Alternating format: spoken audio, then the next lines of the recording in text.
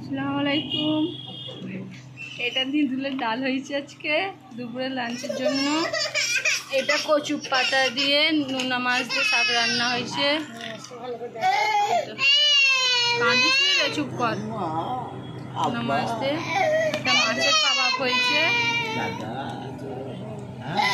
আমার ছেলে ভাত খাচ্ছে, এখন নানা খাচ্ছে, মেয়েটা কাঁদছে।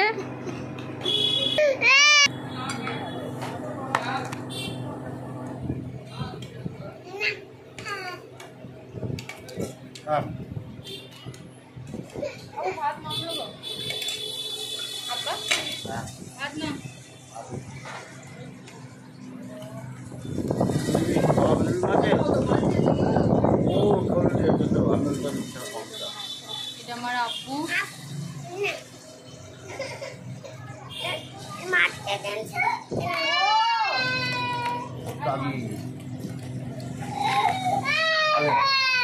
কি হয়েছে বুনি?